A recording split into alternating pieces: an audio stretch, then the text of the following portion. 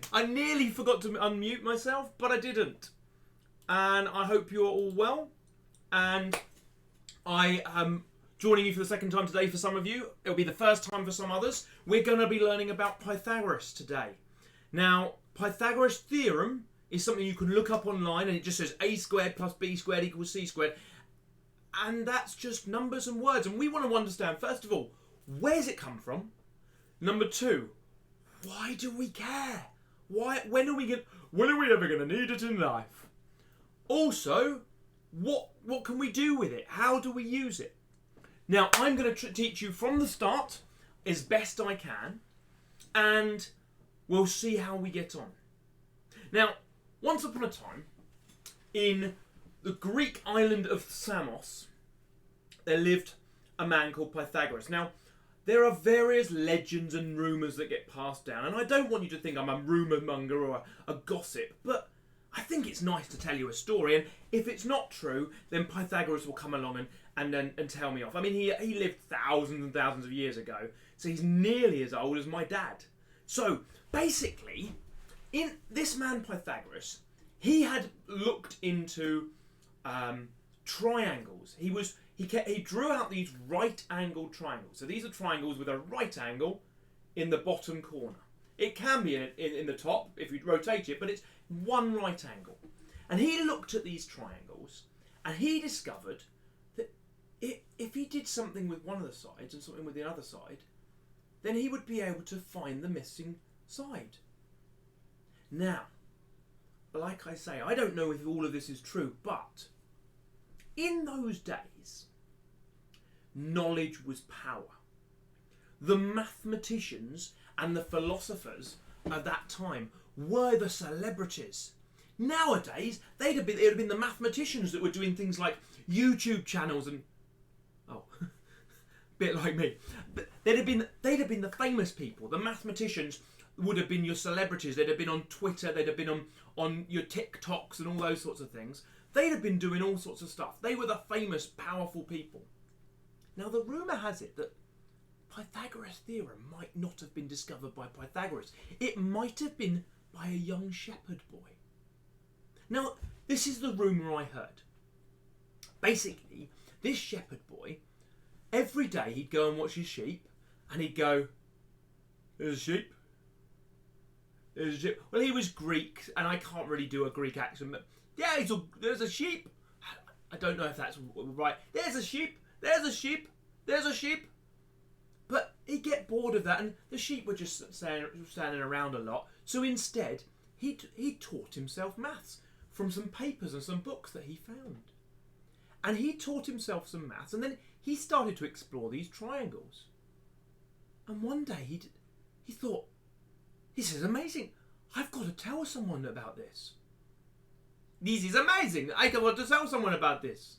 So he went off in his boat, and he'd travelled across to Athens, where the Pythagoreans were there. The Pythagoreans were followers of Pythagoras. They all met, and they'd sort of tell Pythagoras how wonderful he was, and they were very powerful. Now, the story I heard is that he went in there and went, I have to tell you all about this wonderful thing. And he showed them, and they went, "Oh, that's amazing. Look at that amazing math you've discovered. Whoa. Well, we need to write this down. Come with us. We're going to take you to a beautiful feast. We've got to go in this boat to go on the beautiful feast." So he got on this boat, and he was all excited. I'm going to be rich and famous, he thought to himself. And then halfway out to this island where they said the feast was, they just stopped the boat, said, "Right, that's enough for you," and threw him overboard, and he was never seen again. And then they came back to land, and they stole his work and said it was their own, and said, "This is Pythagoras Theorem."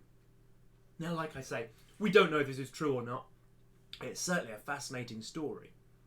But what is Pythagoras Theorem? Well, to understand that, we need to do a little bit more on Pythagoras Theorem. Here we have a right-angled triangle. And once we have a right-angled triangle, we are going to have a right angle in the corner. I've got a little one up here which we'll be using to stay with us the whole time while I'm explaining things. Now, in a right angle triangle, you have 3 sides. But the most important one is called the hypotenuse. If you imagine taking one of your mum or dad's plants, or whoever looks after you, and put them up on top of the wardrobe, that would be a hypotenuse. It's not really useful though. What we've got is the longest side is always the hypotenuse. If you're ever not sure what the longest side is, you can draw a little arrow from the right angle and it will show you which side we're talking about. We're talking about the longest side. Now let's imagine that this side is 3 centimetres and this side is 4 centimetres. Wow, what they discovered with Pythagoras Theorem was they discovered if you took this side and times it by itself, so 4, we call it 4 squared, but it means 4 times 4, you get 16. If we take this side and do the same, 3 squared, which is 3 times 3, you get 9. What Pythagoras Theorem, which is this a squared plus b squared equals c squared, what it really means is that a and b are just the numbers. So these are the numbers 3 and 4. 4 squared, add 3 squared. So we're going to need to add them together. That makes 25. And that means that c squared, or the hypotenuse squared, is 25. Which means that links on to what I was talking about this morning with my people talking about inverses. We need to know how to get back from squared to the original. And to do so, we need something called the square root. The square... Oh, I need to close myself because I'm in the way. The square root is where we have...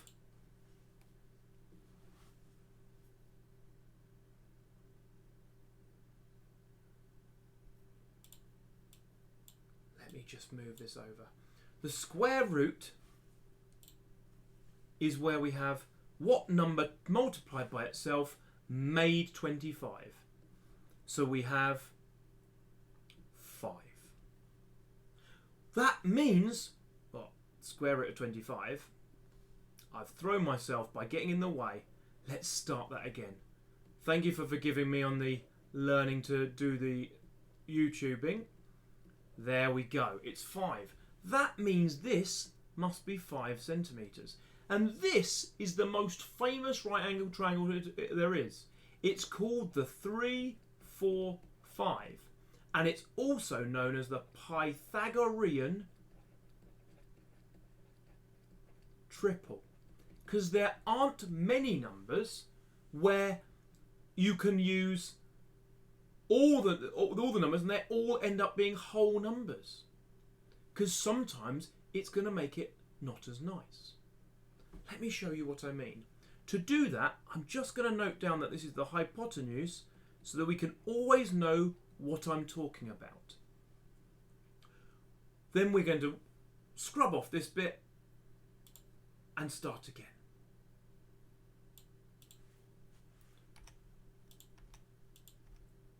So, let's go again, but with some new numbers. To do this bit, you probably want to have a calculator. Now, many phones have got calculators, and you probably have a calculator yourself. I've got this one here. It's a scientific calculator, and to make things easy, it even has a little x squared button. We don't need to worry about it being x. Squared just means times by itself, and we can use that button to help us. Because when I do this question, we're going to have a 7 and an 8 centimetres. So we're going to look at Pythagoras Theorem and say, well, what we have to do is we have to have 7 squared makes 49 and 8 squared makes 64, because 7 times 7 is 49, 8 times 8 is 64.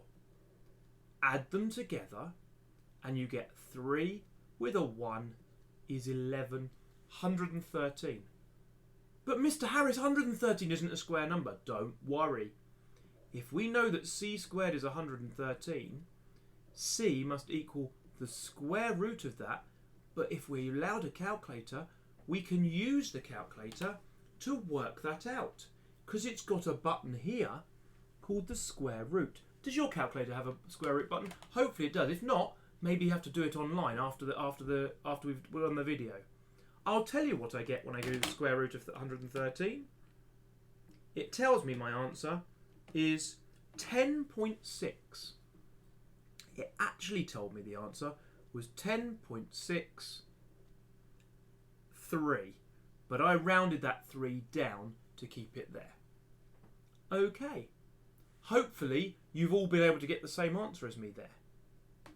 What we've done so far is we've seen if you have a Pythagoras, a right angled triangle, we use Pythagoras by saying we need that small side squared and that small side squared.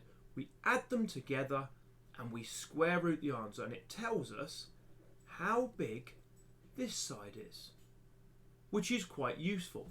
Well, why is it useful?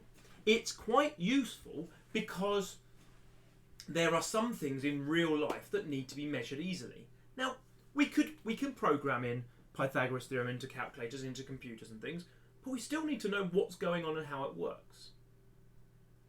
One example of this is if we're trying to find the distance across a rectangle.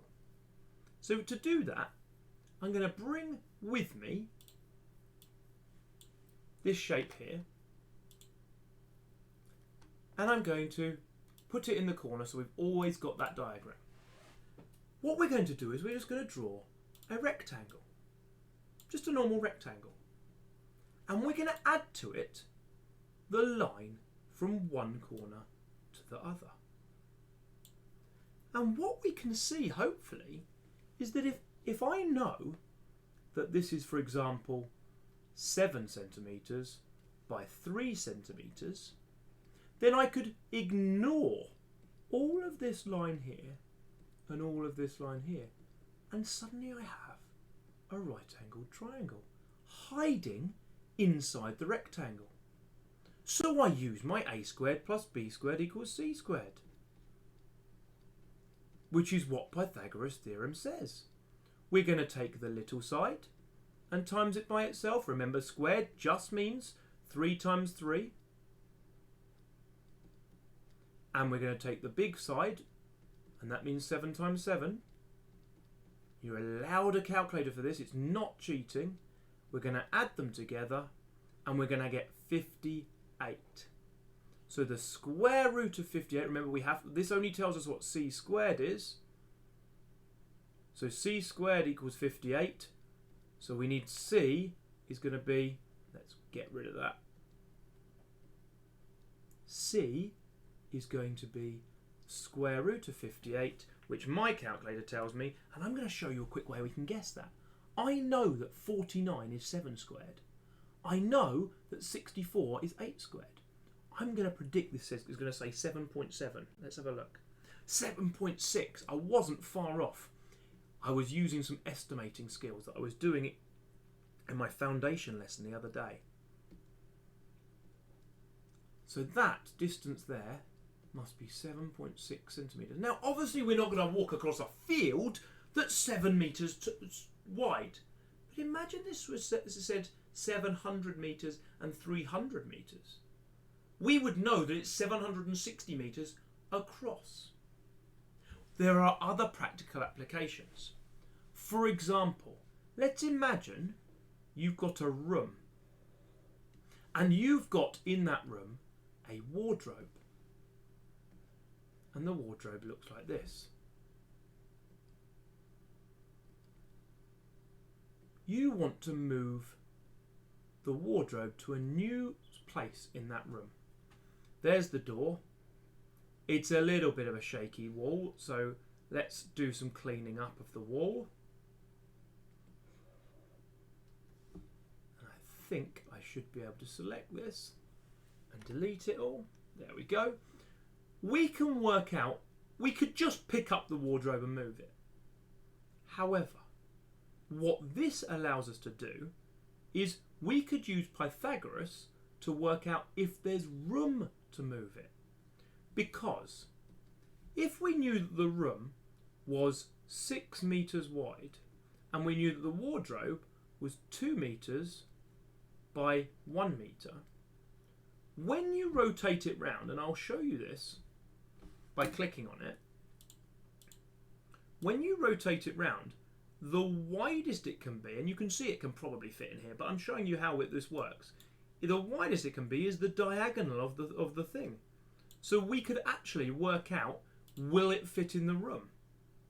And to do so, we do exactly what I just did above. And we go back and we're just doing our Pythagoras Theorem, what I'm trying to do as many of as possible to show you what's going on. We've got our 1 squared is 1 times 1 is 1, not 2. 2 squared is 2 times 2, which is 4. And then add them together, you get 5. Therefore, the square root, remember we have to do the square root at the end, is going to be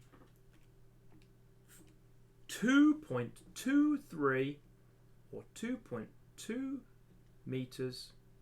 So we know it will definitely fit in if we were trying to rotate it around. But you could do it with a bed, you could do it with a double bed to see if you'd be able to turn the double bed round, because you need to have room to be able to rotate it round. So this is some practical application of Pythagoras. There's one other thing I'd like to talk to you about with Pythagoras before I set you off on your task. Remember, there is always a worksheet in the link, well, not always, but often a worksheet in the link. Today the worksheet is some Pythagoras questions that today's lesson has been training you to be able to go and try. You are allowed a calculator. But there's one thing I haven't taught you yet. And that is, on occasions, there will be a right-angled triangle where it's a bit different. Every now and again, you'll come across a right-angled triangle, and I'm going to put this in red, where they tell you the answer here and give you one of the sides. And we're going to use a decimal just to show that it all still works. We've got the answer. But if you watched my inverses thing today, you'll know that if you've got the answer and you need to work backwards, you have to do the inverse. Well, the normal thing we do is a squared plus b squared equals c squared. That means the inverse of this here must be to take away b squared. So we must need to do c squared take away b squared is a squared, because we know the answer, we know the length of the longest side. That means we can then work out that c squared equals 144.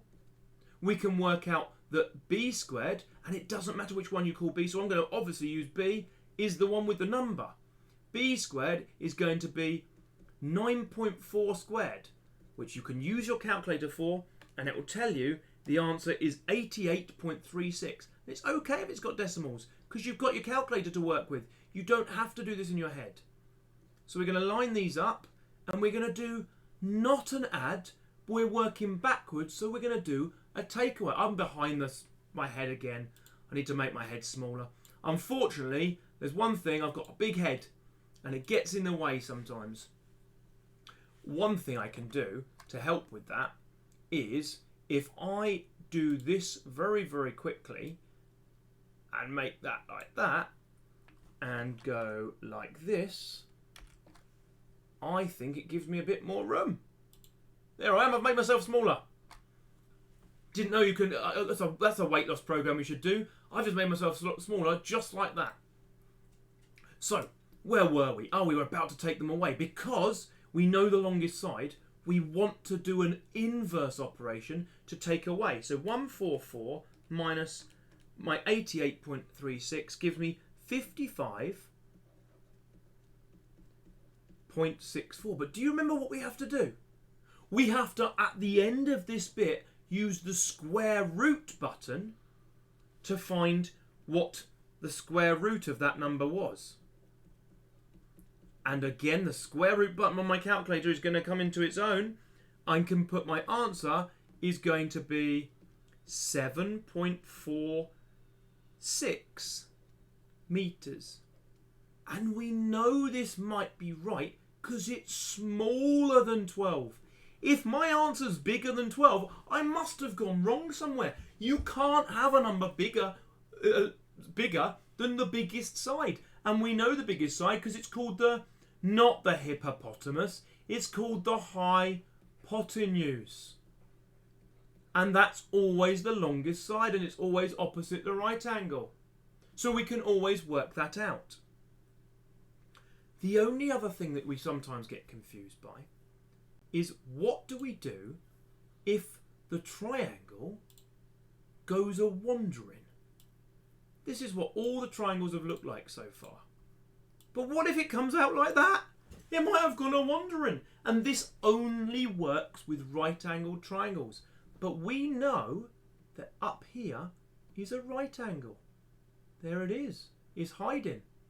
So if this question gave us 15 centimetres and 11 centimetres, and we were asked to find this side, this is the hypotenuse now. It's moved.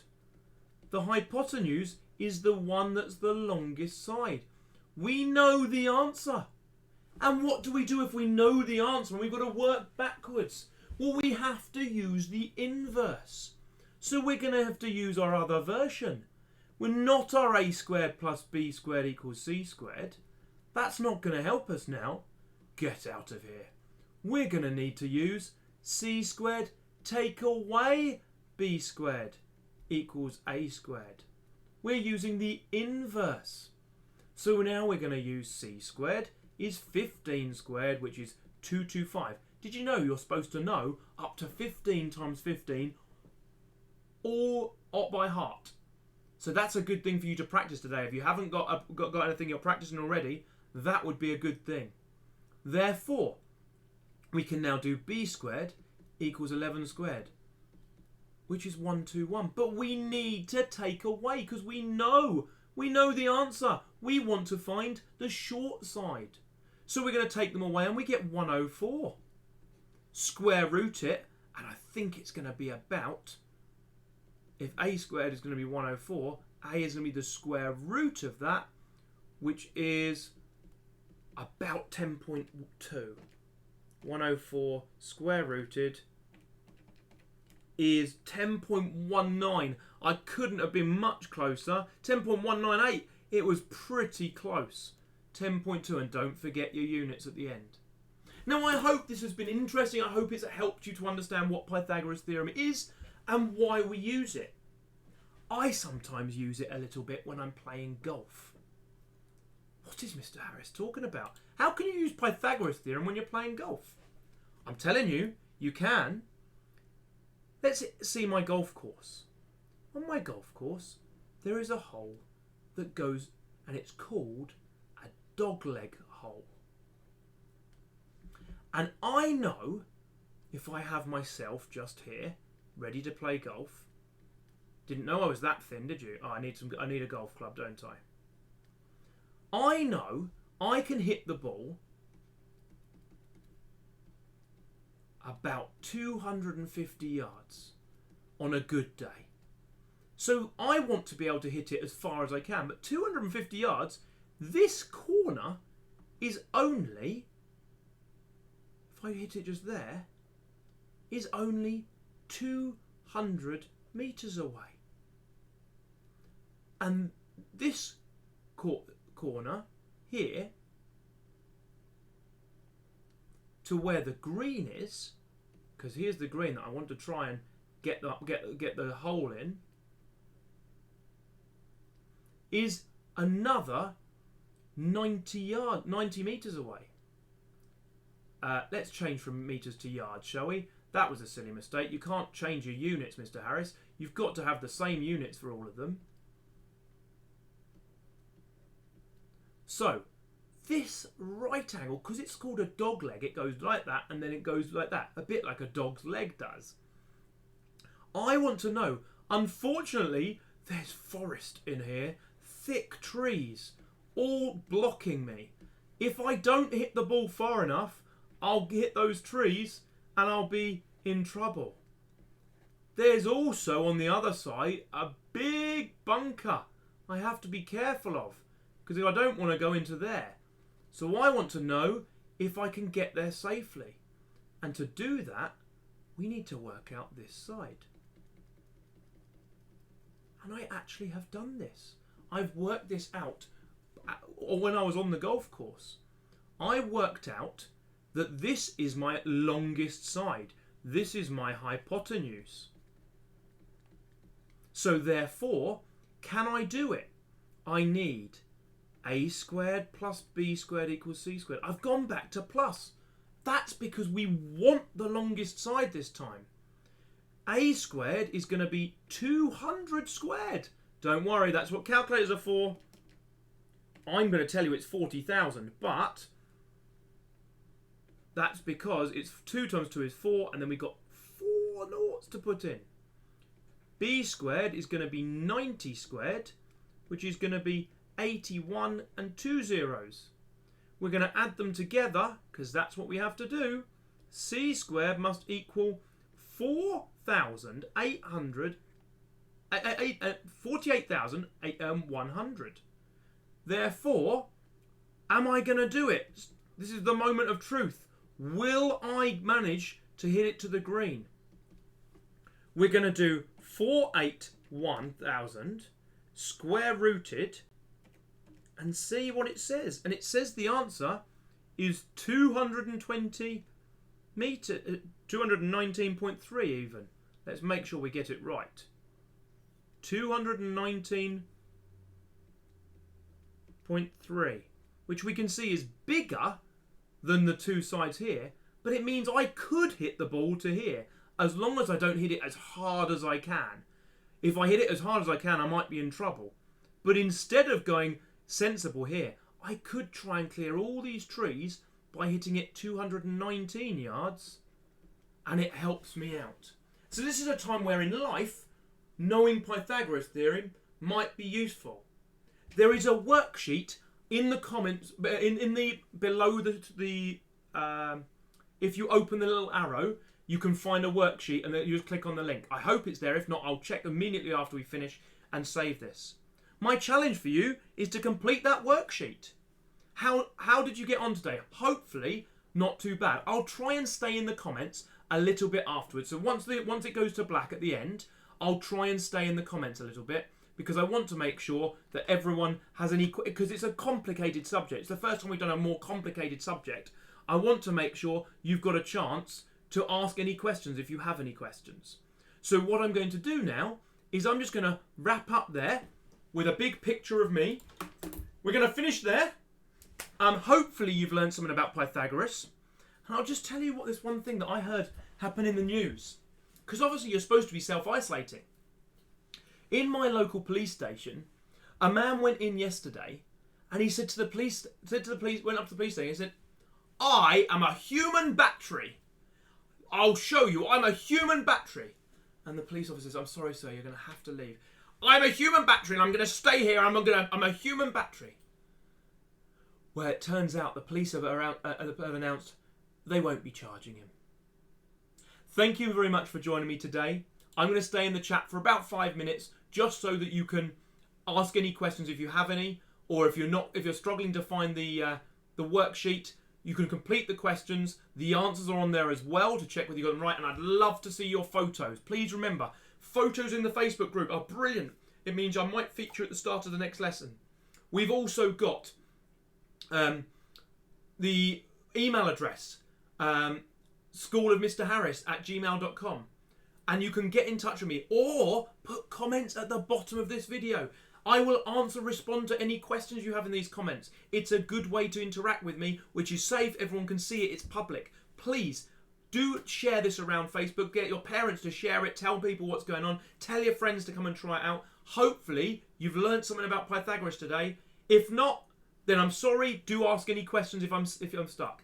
Thank you very much for today, and I will see you shortly.